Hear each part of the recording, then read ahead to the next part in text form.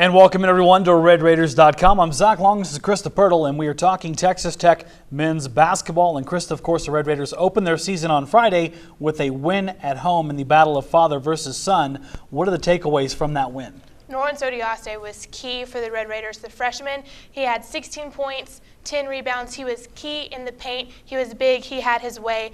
Tech finally made some threes, which was great. They'd only made one through the exhibition games. Their perimeter shooting was great. Coach Smith wanted a little more from their scoring inside the paint. He said they missed on a lot of gimmies, and they did. And their physicality and pressure defensively was key to that win.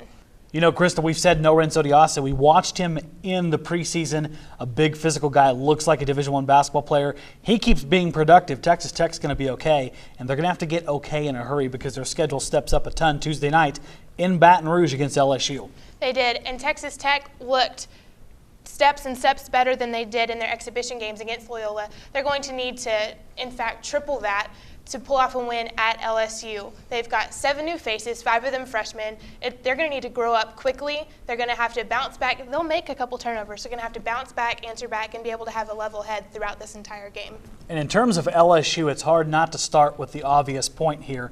A very familiar face will be playing against Texas Tech, Josh Gray, former Red Raider. He's running the point. He did well in their first game against Gardner-Webb where they barely won 93-82.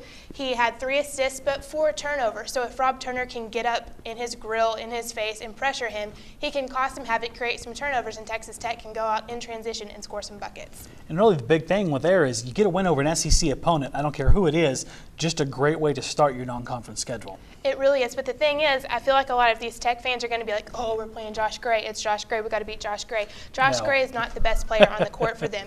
It is Jordan Mickey and Gerald Martin. Both of them are forwards that can step out and hit the 3. They can also play with their back to the basket and score.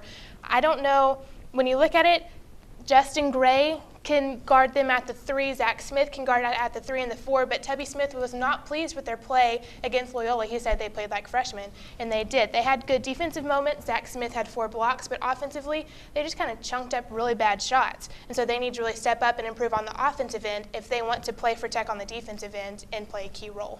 Absolutely. And Josh Gray for LSU, the thing about him you have to realize is he stepped down to junior college for a year, was very dominant in scoring, but so far through one game, kind of a little glimmer of what we saw out of him as a freshman at Texas Tech. They've got much more other things to worry about on that LSU roster. And first and foremost, like you just said, they have to worry about themselves if they want to get a win down there, don't they? Absolutely, and you've got the versatility of those 2 forwards, but I feel like the key where Tech can win is if Lawrence Odiase is a big old dude and comes in and dominates the paint like he did on Friday. That'll work because the way that Gardner-Webb was able to lead at the half against LSU, they got whatever shot they wanted because their big guy was able to get 2 feet in the paint and score from 3 or 4 feet out. So if Lawrence can do that, Tech should be okay. And I'm sure a veteran coaching staff like Coach Smith and his group, they probably saw that on tape, and that's exactly what they're working on this week. Speaking of this week, after a trip to Baton Rouge, they come back home to Lubbock on Friday night, correct?